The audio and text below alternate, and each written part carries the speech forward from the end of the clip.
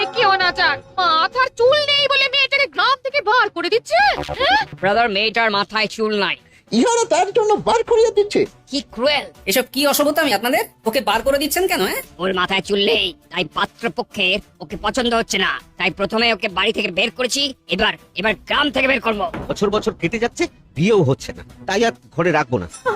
আমার কঠিন অসুখে সব চুল উঠে গেছে গোপাল দাদা, আমাকে আমাকে আপনি বাঁচান। আমার বাবা নেই বলে এই পাড়ার তুতো জেঠু কাকা মিলে আমাকে গ্রাম ছাড়া করছে। কেউ আজ তোকে বাঁচাবে না। তোকে আজ বার করেই ছাড়বো। কি এত বড় সাহস! দেখি মুরত থাকলে আমার সামনে দিয়ে বের করো তো দেখি। এমনি আমি একটা লাঠি এনে দিচ্ছি, তুমি লাঠি পেটা করো এদের।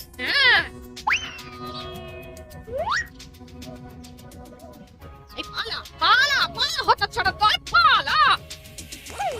সাবাস গিন্নি, সাবাস! নারী শক্তি, সাবাস! প্রণাম নেবেন দাদা মশাই, মা ঠাকুরন, আপনারা আমাকে বাঁচালেন। কিন্তু আমি এখন থাকবো কোথায়? কেন আমার বাড়িতে থাকবে? যতদিন না কিছু পাকাপাকি ব্যবস্থা হয় তুমি ওখানেই থাকবে। হ্যাঁ, তুমি কিচ্ছু চিন্তা করো না, আমরা তোমার পাশে আছি। এর পরের মিশন গোপালের বাড়ি। ইয়েস,